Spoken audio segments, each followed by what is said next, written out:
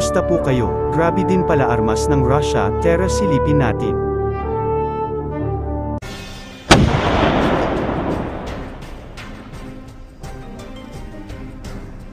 Naghahanda ang Russia na magsagawa ng mga pagsubok na bago nitong combat robot sa Ukraine.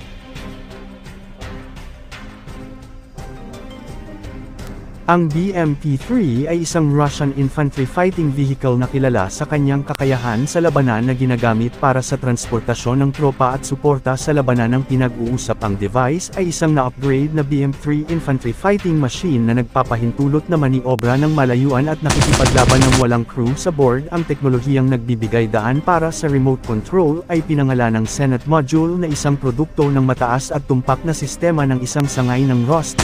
Bagaman ito ay karaniwang sinasanay para sa operasyon ng isang crew, may mga bersyon na sinasabing may potensyal na maging unmanned o walang crew sa board sa pamamagitan ng pagpapalit ng teknolohiya. Inaasahang ang pinakamataas na bilis nitong robotic na sasakyan ay magiging 70 km/h at ang 700 litro na tangke ng gasolina ay maaaring masakop ang isang distansya ng 600 kilometro. Armado ang sasakyang panlaban na robotic na ito na may pangunahing sandata.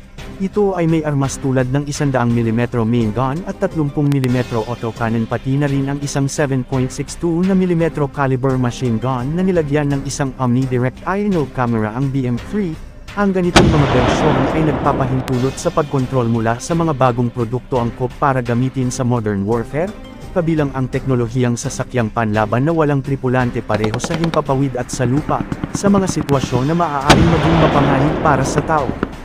Gayunpaman, ang mga detalye at pagpapaunlad sa ganitong mga bersyon ay maaaring mag-iba depende sa pangangailangan ng gumagamit at ang estado ng teknolohiya sa pag-unlad.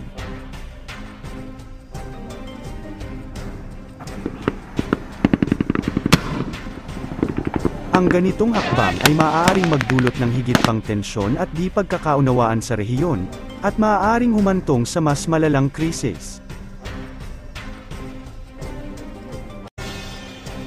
Kung nagustuhan niyo po, paki-like at subscribe para sa iba pang video. Salamat!